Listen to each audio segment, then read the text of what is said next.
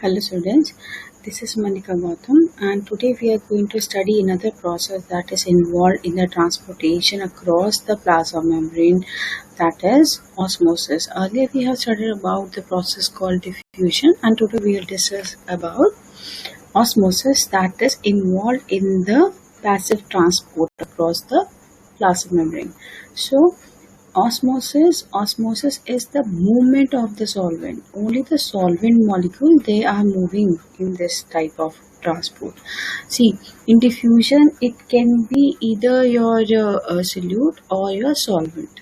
But in case of osmosis, you will only see the movement of solvent particle from a region of higher concentration to low concentration. मतलब ऐसा solution जहाँ पे solvent, I told you कि solution में दो चीज़ें होती है, सॉल्वेंट एंड सोल्यूट. सॉल्वेंट वो होता है जिसमें आप कोई चीज़ घोलते हैं और सोल्यूट होता है जिसको आप घोलते हैं. Fine. If we are taking a solution of sugar, sugar का सोल्यूशन है तो शुगर के जो आपके क्यूब्स हैं आप उसे क्या बोलेंगे, आप उसे बोलेंगे सोल्यूट. और पानी में अगर आप उसे घोल रहे हैं तो पानी क्या हो गया, सॉल्वेंट जिसमें आप घोल रहे हैं. फाइन. तो वहाँ जब आप घोल देंगे तो आप एक सोल्यूशन बनाते हैं. तो सॉल्वेंट अगर इस तरह का सोल्यूशन हुआ तो सॉल्वेंट हमारा वाटर हुआ. अगर उसके सोल्यूशन में high concentration to that of the low concentration across a semi permeable membrane. See I am saying कि एक सोल्यूशन है. फाइन. उस सोल्यूशन के बीच में एक सेमी परमेबल मेम्ब्रेन है.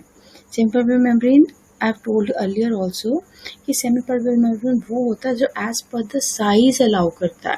फाइन. सेमी परमेबल मतलब आधा अधूरा परमेबल. परमेबल मतलब जो अलाउ करते हैं किसी भी चीज़ को पास करने में. लेकिन हम बोल रहे हैं सेमी परमेबल. सेमी मतलब आधा परमेबल या फिर इसको कहते हैं पार्शियली परमेबल. पार्शियली परमेबल मतलब वही आधा अधूरा परमेबल है. ये कुछ अलाउ करेगा कुछ अलाउ नहीं करेगा. पर इसका बेसिस क्या होगा, इसका बेसिस होगा the size of the particles. ठीक है. और कैसे क्या चीज पास करती है, कहते हैं ये पास करते हैं high concentration to the lower concentration. Suppose we have two solutions. Fine. In this is our first solution and another is our second solution. This is our first solution and this is our second solution. Fine. अब हम इसमें कह रहे हैं कि first solution में we have more water. We have more. These are the particles of your molecules of your water. Fine. We have more water and less solute in this. ठीक है. So हमें तो पता है सोल्यूट मतलब हमारा जिसको हमने घोला शुगर एंड सॉल्वेंट क्या है हमारा वाटर. ठीक है. तो सॉल्वेंट ज़्यादा है. हम टेक्निकल टर्म्स में बात करते हैं. In this solution number 1 we have more solvent and less what solute. ठीक है. एंड सोल्यूशन नंबर 2 में वी हैव लेस वाटर. ठीक है. Less water and more your solute. More solute. These big particles are your molecules. These are your solute and water is less. ठीक है. Water is less. So you can compare both the solutions. The first solution number 1 and solution number 2. Here you can see solution number 1 has more of your what solvent and less your solute. And solution number 2 they have more. This solution has more what solute. ठीक है. These are the solutes है ना. And the small these dots I have represented. ठीक है. I am giving these small dot as H2O. Fine. अब H2 हमारा क्या है यहाँ पे solvent. अब solvent हमारा ज़्यादा है and solute हमारा कम है. तो हमने बोला कि higher concentration to low concentration जाता है and this is your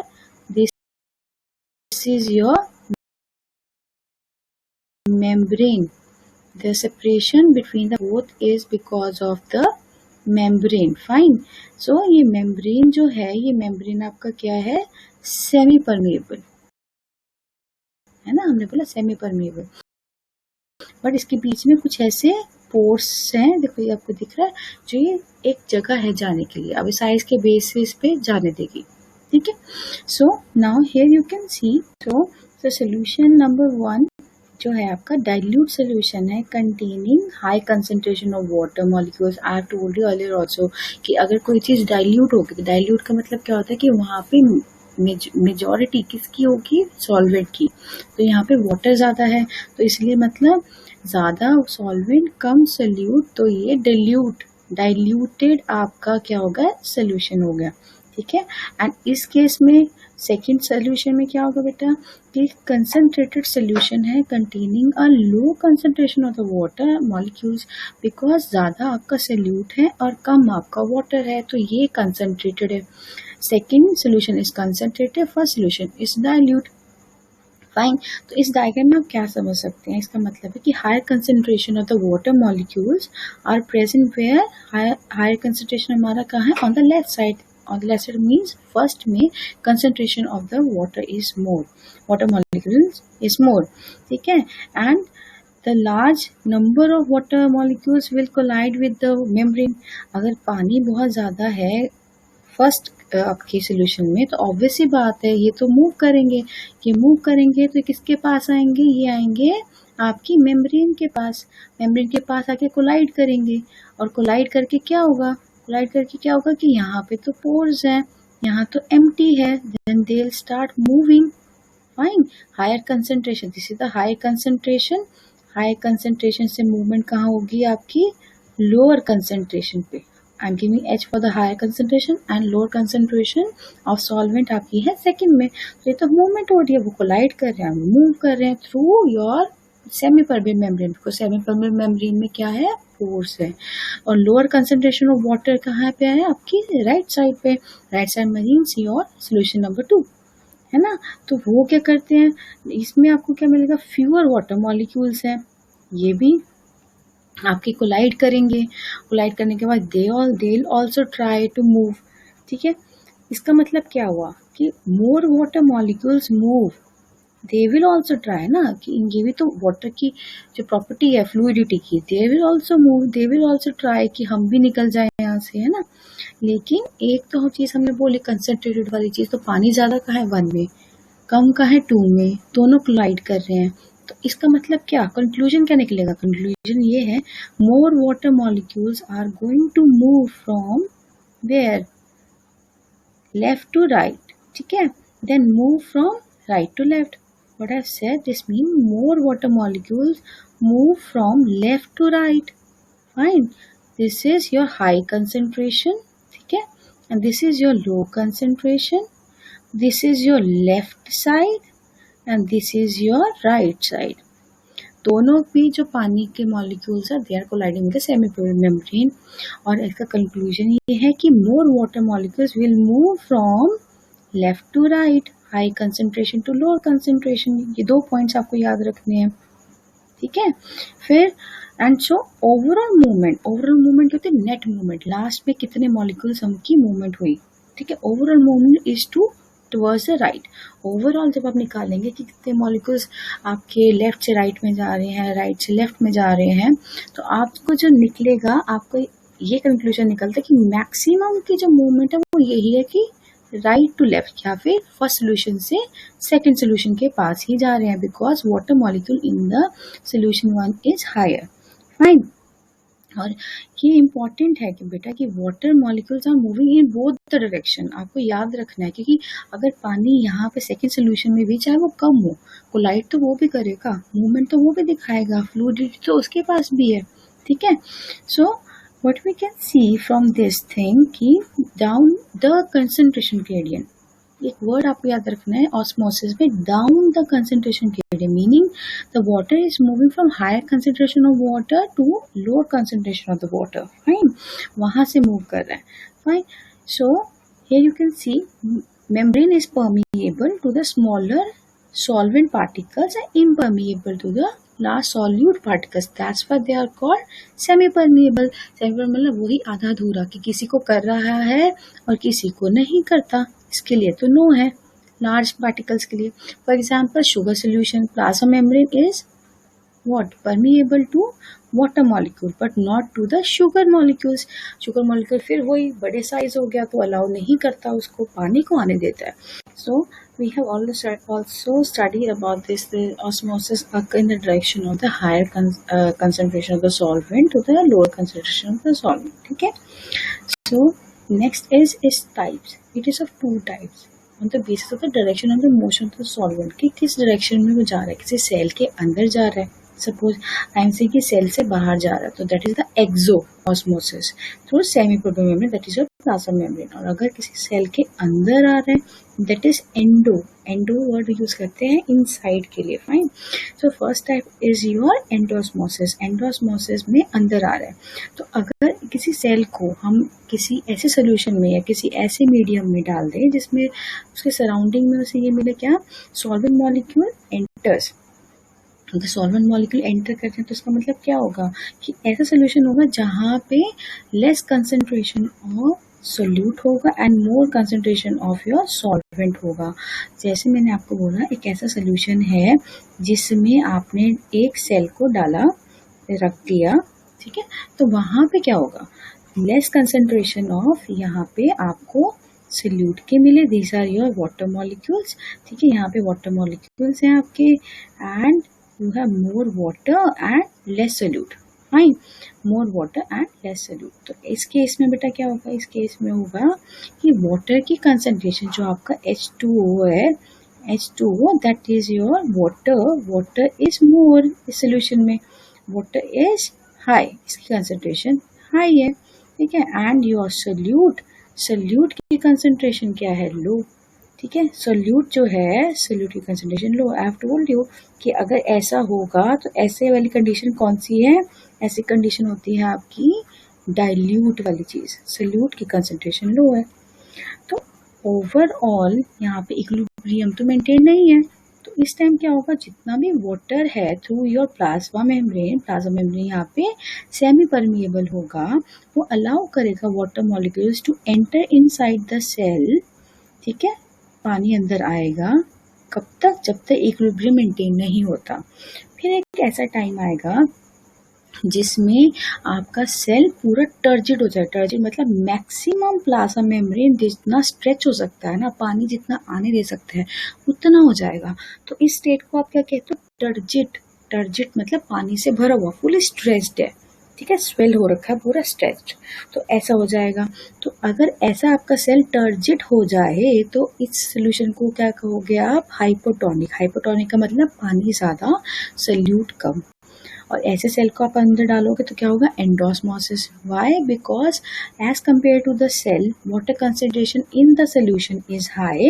ठीक है, और सोल्यूट की कंसंट्रेशन लो है, तो फिर वही है प्लाज्मा मेम्ब्रेन के पास आके वो कोलाइड करेंगे. कोलाइड करने से क्या होगा, जो उसके अंदर प्लाज्मा मेम्ब्रेन में पोर्स है, ठीक है, वो अलाउ कर देंगे water to enter inside the cell. और अगर आप प्लांट सेल में देखते हैं बेटा, प्लांट सेल में क्या होता है, हमने पढ़ा था कि आपकी एक सेल वॉल होती है. ठीक है, सेल वॉल होती है. प्लांट्स जैसे ही टर्जिड हो जाते हैं, उनका प्लाज्मा मेम्ब्रेन टर्जिड हो जाता है, वो पानी तो अभी भी अंदर आ रहा है, वो क्या करता है, प्रेशर देता है इसको, सेल वॉल को आगे की तरह कि वो पानी और आने दे. ठीक है, प्लाज्मा मेम्ब्रेन क्या करता है, पुश करता है आपकी सेल वॉल को कि अभी और पानी अंदर आने दे. लेकिन हमने पढ़ा था कि सेल वॉल होती है रिजिड, वो पानी को अंदर नहीं आने देती, बिकॉज वो कहते हैं ये एक फ्रेम है, इस फ्रेम में आप जितना भी स्ट्रेच हो सकते हो, आप पानी आने दो, आप स्ट्रेच हो जाओ. बट अगर आप ये चाहोगे कि सेल वॉल बड़ी हो जाए तो ये पॉसिबल नहीं है, हम आपको धक्का दे देंगे. मतलब हम ऐसी वॉल है कि इस वॉल के आगे आप नहीं स्ट्रेच कर सकते. अगर आप हमें पुश करोगे तो हम भी आपको पुश कर देंगे. मतलब प्लाज्मा मेम्ब्रेन टर्जिड होने के बाद सेल वॉल को पुश करता है, और जो आपकी सेल वॉल है, सेल वॉल वापस पुश करती है प्लाज्मा मेम्ब्रेन को कि इससे आगे आप स्ट्रेच नहीं हो सकते हो. ठीक है, तो जो प्लांट्स होते हैं बेटा, वो जब टर्जिड हो जाते हैं, टर्जिड होने के बाद वो एक प्रेशर डेवलप करते हैं जिसको बोलते हैं टर्गर प्रेशर. टर्गर प्रेशर कब होता है, जब एक प्लांट के सेल के अंदर मैक्सिमम पानी होल्ड जो वो कर सकता है वो आ जाता है, वो प्लाज्मा मेम्ब्रेन पूरा स्ट्रेच हो जाता है और सेल वॉल को वो पुश करता है. ठीक है। तो वो एक प्रेशर जो सेल वॉल पे आ रहा होता है पानी की वजह से, जो प्लाज्मा मेम्ब्रेन में पानी था वो उसको पुश कर रहा है सेल वॉल को, तो उसको कहते हैं टर्गर प्रेशर। इसी की वजह से जो आपके प्लांट्स हैं, बड़े बड़े प्लांट्स हैं, वो टर्जिट का मतलब क्या कि उनकी प्लाज्मा मेम्ब्रेन फुली स्ट्रेच्ड है। फाइन। तो इसकी वजह से क्या होगा, जो आपकी सॉइल में से पानी है वो सारा चला गया किसके पास, प्लांट्स के पास, ड्यू टू एंडोस्मोसिस। एंडोस्मोसिस हो गया, वो टर्जिड हो गया, उनमें प्रेशर डेवलप हो गया, वो स्ट्रेंथ आ गई उनके अंदर, इस वजह से वो अपराइट स्टैंड रहते हैं। Then second type is your exosmosis. Exosmosis now is exo, बाहर आना। अगर आपका सॉल्वेंट के जो मॉलिक्यूल्स हैं वो बाहर आने लग जाएं from the cell through semi permeable membrane, जो आपका प्लाज्मा मेम्ब्रेन है, अगर ऐसा होने लग जाए तो आपका पानी जब बाहर निकल जाएगा तो एक सेल है, I suppose I am saying ये का सेल है, उसमें से वाटर बाहर निकल गया। Suppose I am removing water, ठीक है, आपकी किसी सेल में से मैंने वाटर रिमूव कर दिया, तो क्या होगा, अब इसकी जो सेल की शेप है बेटा वो मेंटेन नहीं रहेगी, it will be flaccid. Flaccid मतलब मुरझाया हुआ सा, ठीक है। तो ऐसा हो गया तो सेल क्या होगा, फ्लैसिड। फाइन। दूसरे केस में क्या हो रहा था कि अगर आप पानी दे रहे हो उसमें, ठीक है, अगर उसमें पानी को आपने एड ऑन करा, वाटर अगर आपकी एंडोस्मोसिस में से चला गया, तो हमने क्या बोला था, पानी अंदर जाएगा तो क्या हो जाएगा, वो टर्जिड मतलब फुली स्ट्रेच्ड, ठीक है, और ये नॉर्मल उसका साइज है, ठीक है। So here we discussing about the exosmosis. अगर वो पानी बाहर आ गया, ऐसा कब होगा, जब सराउंडिंग सोल्यूशन में लो आपका सॉल्वेंट हो और हाई कंसंट्रेशन आपकी सोल्यूट की हो, और इस कंसंट्रेशन के साथ आप सोल्यूशन जो बोलते हैं वो कहते हैं हाइपरटोनिक। आई एम सेइंग कि अगर आपने ऐसा सोल्यूशन है हाइपरटोनिक जिसमें आपके ज़्यादा तो सोल्यूट्स हैं, ठीक है, बड़े बड़े सोल्यूट्स हैं, और हमने पढ़ा था ऑस्मोसिस में तो सॉल्वेंट की मूवमेंट होती है, ठीक है, और आपका एक सेल हमने डाल दिया इसके अंदर, दिस इज योर सेल, और थोड़े से वाटर मॉलिक्यूल्स हैं एज कंपेयर टू आपके सॉल्वेंट, तो ये क्या हो गया, कंसंट्रेटेड, क्या हुआ, कंसंट्रेटेड सोल्यूशन है, क्योंकि सोल्यूट ज़्यादा है यहाँ पे, ठीक है। ऐसे में क्या होगा, सेल बिकम फ्लैसिड, बिकॉज अब पानी देखो कम है बाहर as compare to the cell का जो इनसाइड, ये अंदर का जो मटेरियल है वहाँ पानी ज़्यादा है, और आपके सोल्यूशन के अंदर पानी कम है। अब फिर इक्विलिब्रियम मेंटेन करना है, तो वो क्या करेगा, चलो ठीक है मैं अपना पानी बाहर भेज देता हूँ ताकि हमें इक्विलिब्रियम मेंटेन हो जाए, ठीक है।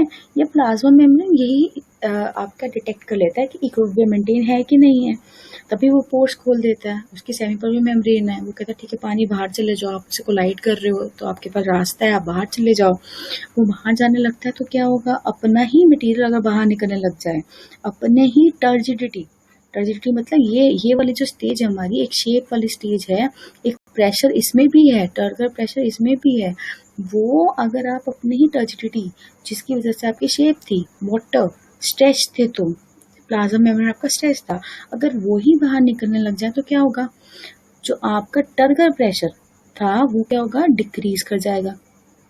फाइन। और स्टेम कैसी होगी, अब स्टेम अपराइट नहीं, खड़ सीधी नहीं रहेगी, ऐसी नहीं रहेगी, ठीक है, वो कैसी होगी, विल्टेड। विल्टेड मतलब अपने आप को ड्रॉप कर लेगी, ठीक है, सीधी नहीं खड़ी रह सकती है वो, क्यों, क्योंकि इसके जो यहाँ पे सेल हैं वो कैसे हो गए, फ्लैसिड जैसे बन चुके हैं, मुरझा चुके हैं। Fine. So now I have added types of solution also. So in the earlier slides मैंने आपको ट्राई करा इनको थोड़ा ओवरव्यू देने के लिए, but now we'll study about the types of the solution in detail. Fine. So first is what isotonic. Isotonic में when solute and solvent both have same concentration outside and inside, मतलब आपके cell के अंदर जो cell है, cell and your जो आपका surrounding solution है, इन दोनों में equal amount of solute and solvent रहे आउटसाइड इनसाइड, तो वहाँ पे नो ऑस्मोसिस अकर्स। वैसे नो ऑस्मोसिस आपको बहुत सारी बुक्स में मिलेगी, बट आई से यहाँ पे थोड़ा वाटर बाहर जा रहा है, थोड़ा वाटर बाहर से अंदर भी आ रहा है, ठीक है, तो जितना बाहर जा रहा है उतना अंदर आ रहा है, तो अगर हम ऐसे करें कितना बाहर गया कितना अंदर, क्योंकि सेमी परमेबल मेम्ब्रेन तो हमारा प्लाज्मा मेम्ब्रेन है ही है, तो वो तो अलाउ करेगा जैसे ही वाटर कोलाइड करेगा उसमें पोर में से बाहर जाने के लिए, और बाहर वाले जब अंदर आएंगे कोलाइड करेंगे यहाँ से, तो वो उसको अंदर भी आने देंगे। ठीक है, तो अगर ऐसा होगा तो हम बोलेंगे कि जो नेट आपका नेट मूवमेंट, नेट मोशन जो आपके सॉल्वेंट्स का है वो क्या है, 0। तो इसलिए कहते हैं, अगर आपको बुक्स में मिले कि नो ऑस्मोसिस, नो ऑस्मोसिस जो है इसका मतलब है कि नेट मूवमेंट, ओवरऑल मूवमेंट क्या है, कुछ नहीं है, कोई मूवमेंट ही नहीं, बिकॉज दोनों का क्या है, ये क्राइटेरिया लगता है कि जहाँ पे concentration of solute and solvent both have same concentration, है ना। फॉर एग्जाम्पल 0.9% सॉल्ट सोल्यूशन अगर आप लेंगे, आइसोटोनिक है वो फॉर ह्यूमन आरबीसी, इतने सोल्यूशन में अगर आप रखते हैं, ठीक है, आरबीसी को, ह्यूमन आरबीसी को, रेड ब्लड सेल को, तो उस पर कोई इफेक्ट नहीं पड़ता, वो वैसे का वैसे ही रहता है, right. Then second case is your hypotonic solution. Hypotonic solution में क्या होता है कि जो सॉल्वेंट है बेटा, सॉल्वेंट कंसंट्रेशन इज हाई, हमने पढ़ा ही, सॉल्वेंट की कंसंट्रेशन मतलब वाटर, सपोज वाटर जो concentration is high and solute की लो है, तो एज कम्पेयर लो किसी कंपैरिजन में जो सेल का साइटोप्लाज्म, सेल का इनसाइड है उसी कंपैरिजन में। फॉर एग्जांपल अगर 0.7% आप सॉल्वेंट सोल्यूशन बनाते हो, सोल्यूट एंड सॉल्वेंट, सॉल्ट का सोल्यूशन बनाते हैं जिसमें सोल्यूट हमारा सॉल्ट है, उसमें फॉर एग्जांपल 0.7%, मैंने थोड़ा डिस्क्राइब कर दिया ये चीज़, 0.7% मतलब है 0.7 ग्राम्स ऑफ NaCl, ये सॉल्ट का फॉर्मूला होता है, ठीक है, इन 100 ml ऑफ द सोल्यूशन आपने डाला, 100 ml ऑफ वाटर में अगर आपने 0.7 ग्राम्स डाल दिया अपने सॉल्ट का, तो 0.7% आपको सॉल्ट का सोल्यूशन मिलेगा। अगर ऐसा हुआ तो वो हाइपोटोनिक है, ठीक है। अगर आप ह्यूमन आरबीसी उसमें रख दोगे तो क्या होगा, सेल विल स्वेल अप, जो भी आरबीसी है, आपने आरबीसी रखा 0.7% सॉल्ट सोल्यूशन में, तो पानी क्या करेगा, वो एंटर करेगा, पानी बाहर ज़्यादा है, ठीक है, और थोड़ी देर के बाद आपका आरबीसी स्वेल कर जाएगा, स्वेल करने के बाद करता रहेगा, लास्ट में क्या होगा, बर्स्ट हो जाएगा, फट जाएगा। व्हाई, बिकॉज जो आपकी प्लाज्मा मेम्ब्रेन है आरबीसी की, उसकी एक लिमिट है, इतने कंसंट्रेशन को अगर आप रख दोगे उसके अंदर, पानी की कंसंट्रेशन तो बहुत ज़्यादा है, 100 ml है, और आपका NaCl क्या है, 0.7 ग्राम है, तो अगर ऐसा हुआ तो क्या होगा, आपका आरबीसी थोड़ी देर तक तो फूलता रहेगा, फिर प्लाज्मा मेम्ब्रेन की एक लिमिट आ जाएगी, उसके बाद वो बर्स्ट हो जाएगा, फट जाएगा। इस तरह की आप क्या बोलोगे, आरबीसी को हीमोलाइज्ड, हीमोलाइज्ड का मतलब होता है फट जाना, haemo is word for the RBC, and result in, इसमें क्या होगा, एंडोस्मोसिस, जो हमने पहले भी पढ़ा है। Fine. The third type is hypertonic. We have also studied this one. So let's revise. Solvent is low, ठीक है, and your solute is high, ठीक है, as compare to what, cell cytoplasm, मतलब सेल के इनसाइड। अगर हम 1.3% of salt solution लें, सी यहाँ पे सॉल्ट की कंसंट्रेशन बढ़ चुकी है, सपोज अगर हम इसको लेते हैं ग्राम्स में, तो 1.3 ग्राम्स ऑफ NaCl हम लेते हैं, ठीक है, this should be small l, ठीक है, इन 100 ml ऑफ वाटर, ठीक है, तो ये हाइपरटोनिक सोल्यूशन बनता है। तो अगर ऐसा हुआ आरबीसी में रखा जाएगा तो आरबीसी क्या करेगा, श्रिंक कर जाएगा, और इस कंडीशन को क्या कहते हैं, क्रिनेटेड, क्रिनेटेड मतलब उनमें कुछ ऐसे नॉचेज होते हैं, नॉचेज बन जाएंगी, एंड आप इसको बिल्कुल श्रिंक कर दोगे, fine. So next is, these are the types of solution that you can easily compare the three. So isotonic means same strength होगी, same concentration होगी, अंदर बाहर, hypertonic मतलब hyper more होगी strength, ठीक है, more concentration होगी, hypo मतलब आपकी less concentration होगी, less strength होगी, ठीक है। So what I mean to say with this, कि आपकी same concentration of solute and solvent, more solute and less solvent, more solute and less solvent, अगर ऐसा होगा तो क्या होगा, मोर सोल्यूट एंड लेस सॉल्वेंट, ठीक है। लेस सॉल्वेंट का मतलब कि अब पानी बाहर जाएगा, और हाइपो में few solute and more solvent, तो ये सेल के अंदर जाएगा, fine. These are the comparison chart, as you all can see, hyper का मतलब higher solute outside, equal solute inside outside cell, hypo मतलब हायर सॉल्यूट इनसाइड, ठीक है। So and water, higher water inside equal water, higher water outside, right. So water moves out hyper में, क्योंकि आपका क्या है, as I told you in earlier slide also, hyper में we are saying water moves out. Water moves out. Why?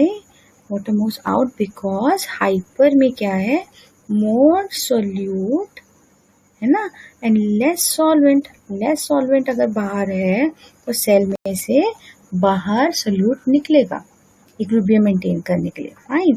और यहाँ पे क्या है, नॉर्मल, ठीक है, no net movement.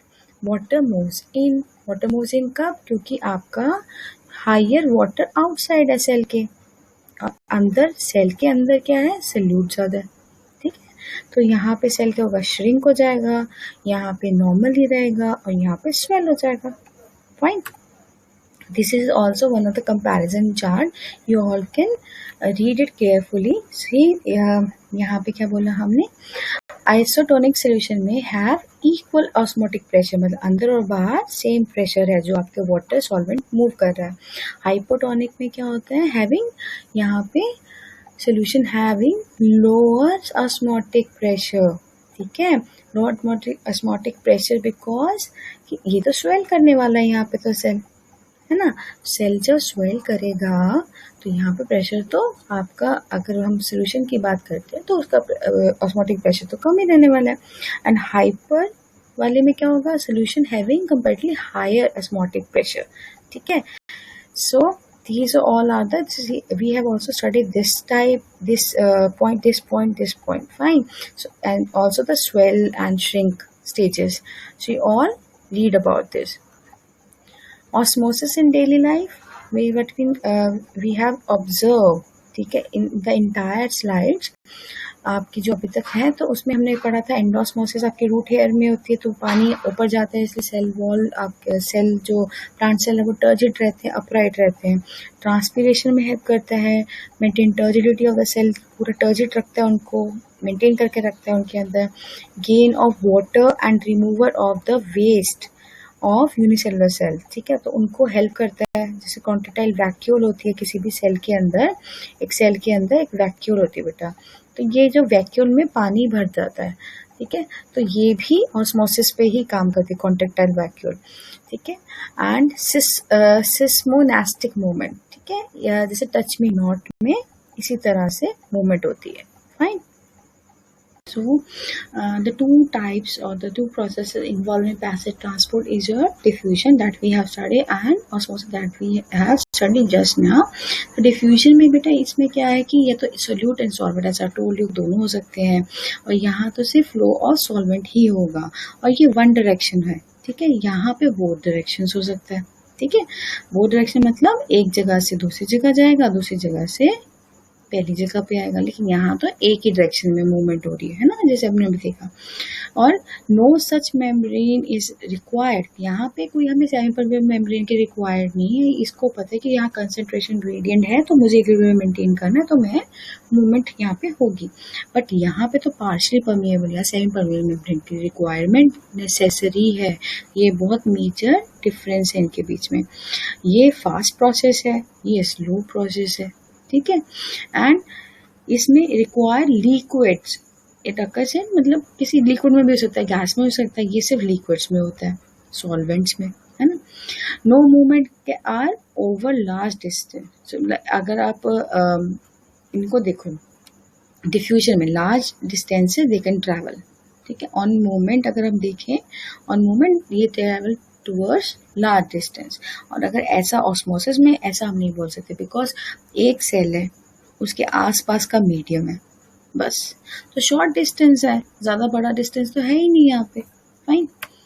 So we have discuss about this also, ठीक है, जहाँ मैंने आपको बताया था कि किस तरह से मूवमेंट होती है, ठीक है, और कैसे आपके सेमी परमेबल मेम्ब्रेन से आपका ऑस्मोसिस में मूवमेंट होती है। So you all should see this properly, because यहाँ पे क्या कंसंट्रेशंस हैं और क्या मेम्ब्रेन्स हैं, किस तरह से डिफ्यूज है, इक्विलिब्रियम कहाँ कहाँ आ रहा है, कैसे इक्विलिब्रियम आ रहा है, सेम कंसंट्रेशन कैसे मेंटेन हो रही है, तो आपको ये देखना है. Fine. And you will have to draw this diagrams also. Now will come towards your third type of transport, that is a bulk transport, large molecules, how they are transported. So large amount of material is transported. So large amount of materials like protein, the entire protein molecule, carbohydrate, entire is structure. If you want to transport it, तो उसमें तो energy बहुत ज़्यादा लगने वाली है. सभी तो हम छोटी छोटी चीज़ों की बात कर रहे थे, है ना. अब बड़ी सी किसी चीज़ की जा रही है तो एनर्जी बहुत लगेगी यहाँ पे. So by folding of plasma membrane to form a carrier vesicle. अभी किसी क्या करते हैं, आपका प्लाज्मा मेम्ब्रेन इस तरह का है, अगर आपका खाना बाहर है, इसको अंदर लेना है, तो प्लाज्मा मेम्ब्रेन क्या करता है, फोल्डिंग कर लेता है. और वो कहते हैं कि इस फोल्डिंग के अंदर आप इस खाने को ले आओ, ताकि एक टाइम पे आके मैं क्या करूं, इस प्लाज्मा मेम्ब्रेन के फोल्ड को मैं बंद कर लूं और खाना इसके अंदर आ जाए. जैसे ही मेरे दोनों एंड्स प्लाज्मा मेम्ब्रेन के टच करेंगे, मेरा प्लाज्मा मेम्ब्रेन समझ जाएगा कि कोई चीज़ अंदर आ चुकी है, और मेरा प्लाज्मा मेम्ब्रेन क्या करेगा, सेल ये सोचता है, सेल एक बहुत छोटी सी चीज़ है, बट स्टिल उसको भी ये पता है, जब ऐसा हो गया, खाना अंदर आ चुका है, प्लाज्मा मेम्ब्रेन क्या करता है, इस वेसिकल को, ये वेसिकल बन गई है, ये जो स्ट्रक्चर बना है वेसिकल, प्लाज्मा मेम्ब्रेन का स्ट्रक्चर है, पर ये वेसिकल बना है, यहाँ बन रहा है और यहाँ बन गया है जिसमें खाना है. और नेक्स्ट स्टेप होगा, जब आपका जो ये वेसिकल है बेटा, ये वेसिकल हो जाएगी डिटैच. डिटैच मतलब सेल के अंदर आ गई और खाना इसके अंदर है. ठीक है, this is your vesicle formation. Fine. क्या बोला मैंने, खाना बाहर है, बड़ा बड़ा मॉलिक्यूल है, तो ये क्या करता है, फोल्डिंग कर लेता है. इन्वेजिनेशन, इन्वेजिनेशन मतलब अंदर की तरफ फोल्डिंग करी. फोल्डिंग करने के बाद खाना उसमें ड्रॉप कर गया. ड्रॉप करने के बाद वो और अंदर की तरफ फोल्ड हुआ. प्लाज्मा मेम्ब्रेन में जैसे ही उसके दोनों ये points, point number 1 and point number 2, ये दो एंड्स हैं, जैसे एक दूसरे से मीट करते हैं, प्लाज्मा मेम्ब्रेन इसको डिटैच करके अंदर छोड़ देता है. और जहाँ पे प्लाज्मा मेम्ब्रेन का ये इतना प्लाज्मा मेम्ब्रेन लॉस हुआ है, वहाँ पे प्लाज्मा मेम्ब्रेन दोबारा से सिंथेसिस कर लेता है अपनी, राइट, दोबारा से बना लेगा. इसमें दो प्रोसेसेस हैं. पहला एंडोसाइटोसिस. एंडोसाइटोसिस अंदर किसी सेल में लेके आना खाना. तो जो कैरियर वेसिकल, ये आपकी क्या है, ये carrier, this is your carrier vesicle. The carrier vesicle form to bring material from outside to inside. This is endo, जो हमने पढ़ा, this is endocytosis. For example amoeba, amoeba इसी तरह से खाना अंदर लेकर आता है. And second is exocytosis. Exocytosis मतलब, अब अगर मैं बोलूँ ये चीज़ रिवर्स हो जाए, अब ये रिवर्स कैसे, इस तरह से, इस डायरेक्शन में आप देखें नीचे से ऊपर. सो रिवर्स हुआ. रिवर्स के बाद आई एम सेइंग कि अगर आपकी कोई प्लाज्मा मेम्ब्रेन है, प्लाज्मा मेम्ब्रेन के पास आपका कोई वेसिकल आता है जिसमें waste product, this is your waste product, वो पास जाएगा और फिर उसके बाद प्लाज्मा मेम्ब्रेन के पास जाके वो फ्यूज़ कर देगा. फ्यूज़ करने के बाद प्लाज्मा मेम्ब्रेन को पता लग जाएगा कि कोई चीज़ आई है सेल के अंदर से, हमें इसे बाहर थ्रो करना है. फिर ये जो प्लाज्मा मेम्ब्रेन होता है, ये सेंस करने के बाद ओपन करता है एंड आपके फूड को बाहर निकाल देता है, एंड ये फूड बिल्कुल बाहर चला जाता है एरिया से. Fine. So what I am saying, ये जो प्लाज्मा मेम्ब्रेन के साथ फ्यूज होता है आपका वेसिकल है बेटा, ये भी किससे बना होता है, ये भी फॉस्फोलिपिड से बना होता है, जिससे आपका प्लाज्मा मेम्ब्रेन बना होता है. तो जैसे ही ये इसे फ्यूज करता है ना, ये अपने आप इसमें जुड़ जाता है. ठीक है, दिस इज योर वेसिकल का जो पार्ट है, वेसिकल का पार्ट खुद इसमें जुड़ जाता है और ये प्लाज्मा मेम्ब्रेन का पार्ट बन जाता है, क्योंकि ये भी उसी स्ट्रक्चर से बना है जिससे आपका बना होता है plasma membrane, that is phospholipid. तो वो भी जाके जुड़ जाता है उससे. ठीक है. So next is this exocytosis also known as vomiting और एफेकी, मतलब कोई चीज़ बाहर निकाल देना. ठीक है, अंदर तो नहीं आ रहा, ये बाहर जा रहा है. Fine. So here you all can see, first we'll discuss about endocytosis. ये खाना आया, अंदर आया, this is your invagination, folding of the plasma membrane. और ऐसे करने के बाद ये एक सारा जब जैसे ये पॉइंट, ये दोनों एंड्स मिलेंगे प्लाज्मा मेम्ब्रेन की जो इन्वेजिनेशन के हैं, ये एक पूरा वेसिकल बना के कैरियर वेसिकल अंदर आ गया. देन इन एक्सोसाइटोसिस, जब आपका वेस्ट है, ठीक है, दिस इज योर वेस्ट, ये वेस्ट जा रहा है, एक वेसिकल में वेस्ट की वेसिकल होगी, पास जाएगी, प्लाज्मा मेम्ब्रेन के पास जाएगी, ये सारा आपका मेम्ब्रेन है यहाँ फ्यूज कर गया और सारा मटेरियल बाहर चला गया। फाइन। एंडोस्मोसिस फर्दर 2 टाइप्स के होते हैं, या तो पिनोसाइटोसिस होगा, ठीक है, जिसमें intake of extra cellular fluids, जहाँ पे फ्लूइड्स की बात है, ये ड्रिंकिंग बोलते हैं इसको, कि जैसे आप ड्रिंक कर रहे हो, कोई बाहर आसपास अगर कोई भी फ्लूइड होगा सेल के बाहर और सेल मेम्ब्रेन उसे अंदर हेल्प करे कि आप इन्वेजिनेशन में, इस इन्वेजिनेशन में आप इस फ्लूइड को भर लो और इसको हम बंद करके अंदर ले जाएंगे, अंदर ले जाने के बाद हम इस फ्लूइड को सेल के अंदर यूज करेंगे। तो अगर सिर्फ वो फ्लूइड से रिलेटेड हो तो उसको बोलेंगे पिनोसाइटोसिस और ड्रिंकिंग, सेल ड्रिंकिंग बोलते हैं। सेकेंड टाइप इज फैगोसाइटोसिस, अगर वो सॉलिड पार्टिकल हो, जैसे अब ये तो हमने फ्लूइड का पढ़ा, जैसे हमने पहले पढ़ा था एंडोसाइटोसिस में example, that was for the solid particle, है ना, ये तो फ्लूइड के लिए। अगर सॉलिड पार्टिकल होगा या सेल ईटिंग होगा तो उसको बोलेंगे phagocytosis. Fine. So these are the few differences between cell membrane and cell wall. हमने पहले पढ़ा था cell wall, fine. And now we have complete, almost we are going to complete our cell membrane. So cell membrane जो होता है बेटा वो आपको plant and animal से दोनों में मिलता है, but cell wall जो होती है thick membrane है और ये आपको animal cell में नहीं मिलती, plant cell में ही मिलती है, fine. So it does not occur, ठीक है, ये thin membrane है और ये thick membrane है. So this is difference and ये इसका डिफरेंस है। Fine.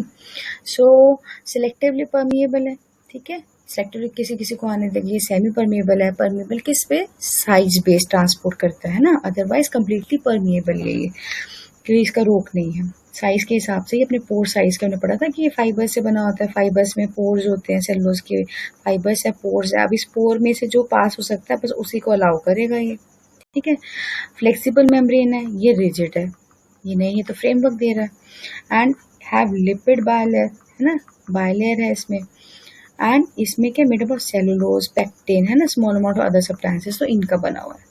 So we have study all this. मैंने क्या बोला, ये मिलेगा प्लांट सेल्स में, एनिमल सेल में, ये मिलेगा सिर्फ प्लांट सेल के अंदर, के एनिमल सेल में नहीं है। ये थिन है, ये थिक है, ठीक है, this one is thick.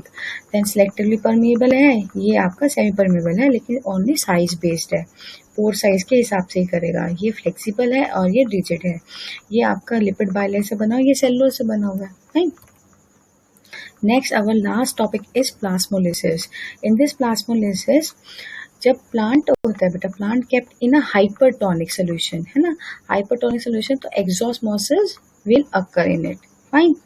Exosmosis मतलब, अब पहले प्लाज्मोलिसिस कर लेते हैं। प्लाज्मा मतलब जो भी आपके सेल के अंदर साइटोप्लाज्म है उसका लिसिस, उसको तोड़ो। तो तोड़ोगे कैसे, अगर अंदर का जो मटेरियल है, वाटर सॉल्वेंट है, वो बाहर आ जाए, ठीक है।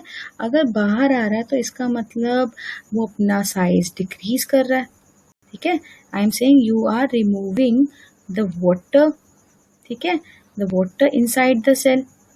You are removing the water inside the cell and you are converting one cell into a shrinked form. shrink हो गया वहां पे जाके, है ना, आपने उसको shrink करवा दिया, ठीक है। तो प्लाज्मोकालिसिस मतलब, प्लाज्मा मीन्स योर साइटोप्लाज्म, उसका लिसिस मतलब उसका कंटेंट को बाहर निकाल दो। कैसे निकालोगे कि उसके अंदर जो वाटर है ना, उस वाटर को बाहर निकाल दो। अगर आप उससे वाटर को बाहर निकालना तो इसका मतलब एक्सोस्मोसिस हो रहा है, बिकॉज प्लाज्मा मेम्ब्रेन क्या है, सेमी परमिएबल मेम्ब्रेन। और अगर ऐसा करना है तो आपको उसे कहाँ रखोगे, हाइपरटोनिक सोल्यूशन में। हाइपरटोनिक सोल्यूशन में क्या होगा, सोल्यूट ज्यादा होगा एंड सॉल्वेंट कम होगा, तभी तो इक्विलिब्रियम मेंटेन करने के लिए पानी बाहर आएगा, ठीक है। तो water flows out from the cell vacuole and it will shrink and then cytoplasm में आएगा।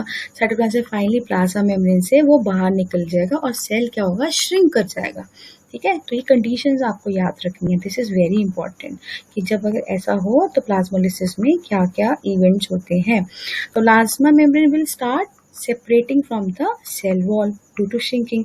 अगर ऐसा हुआ, हमने बोला था ये आपकी सेल वॉल है, फाइन, और सेल वॉल के अंदर आपका प्लाज्मा मेम्ब्रेन। अगर प्लाज्मा मेम्ब्रेन आपका पूरा टर्जिड था, टर्जिड के बाद इफ आई एम सेइंग कि आपने इसमें क्या करा, हाइपरटोनिक सोल्यूशन में रख दिया इसको, अब क्या होगा, थोड़ी देर के बाद पानी रिमूव हो जाएगा, पानी रिमूव होने लगेगा तो क्या होगा, ये सेल वॉल से दूर दूर होने लग जाएगा, मतलब अब इसका साइज छोटा होने लगा, तो अभी टर्जिट तो नहीं है, तो मतलब ये जो टर्गर प्रेशर इसको दे रहा था, जैसे पुश कर रहा था, वो तो नहीं रहा।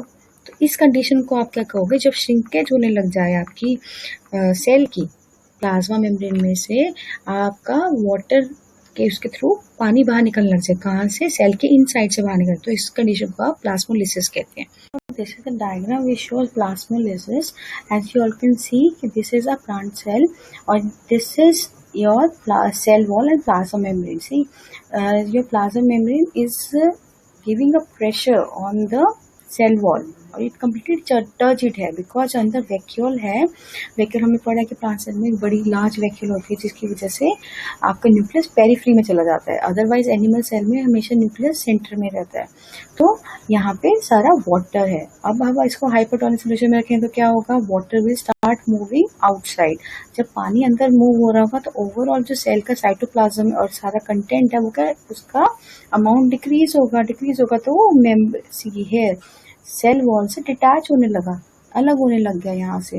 जब अलग होने लगा और थोड़ी देर में देखा तो पानी और बाहर जा रहा है वैक्यूल में से, और लास्ट में जाके आप क्या देखा, this is the plasmolysis solution. ये सोल्यूशन है हाइपरटोनिक सोल्यूशन। तो अब लास्ट में क्या होगा कि जो भी वैक्यूल है सारा पानी बाहर आ चुका है, एंड नाउ कहाँ आ चुका है आपका हाइपरटोनिक सोल्यूशन या प्लाज्मोलिसिस तो जो सोल्यूशन है उसमें पानी सारा बाहर आ गया, और अंदर जितना भी पानी है वो खत्म हो रहा है। ठीक है, तो इस तरह के सेल को आप बोलोगे plasmolysed cell when the water content of the cell inside the cell is higher as compared to the surrounding medium, the hypertonic solution or the plasmolysis solution, then the water will move outside the cell, and in this case in the plant cell what will happen, the plasma membrane will be detached from the cell wall. Now this cell is not turgid, this cell is not at all turgid, because this cell is not giving any pressure on the wall of your cell wall, ठीक है, of your plant cell. अब नहीं दे रहा है तो नहीं दे रहा, तो ये टर्जिड नहीं है, लास्ट में जाके क्या होगा, ये श्रिंक कर चुका है। Fine, this is the one of the activity with Rio leaves. See, these Rio leaves are, you can see these are the Rio leaves. Fine. So in leaves को अगर आप एक पील निकालते हो, ऊपर की से परत निकालते हो लीव की, और क्लीन स्लाइड पे आप रखते हो, few drops of water on it, ठीक है, और उसको ऑब्जर्व करते हो हाई पावर माइक्रोस्कोप में, the turgid cell with plasma membrane connected to the cell wall are seen. These are your cells. This is your cell wall, this is your cell wall, and this is your plasma membrane. Fine, this is your nucleus.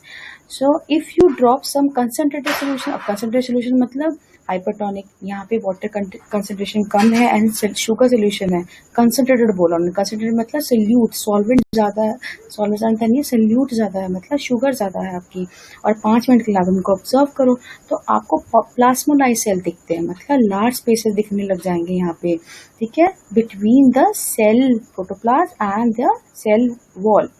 This is the spelling mistake, this is cell wall, ठीक है। So here you can see this is your cell wall, this is your plasma membrane, ठीक है, और ये बीच में ये spaces है सारे, ये सब स्पेसेस है बीच में। Fine, so here we are going to end our topic about the plasma membrane. We have completed all the topics related to the plasma membrane. Fine, so you all revise and watch all the videos, ठीक है, thank you.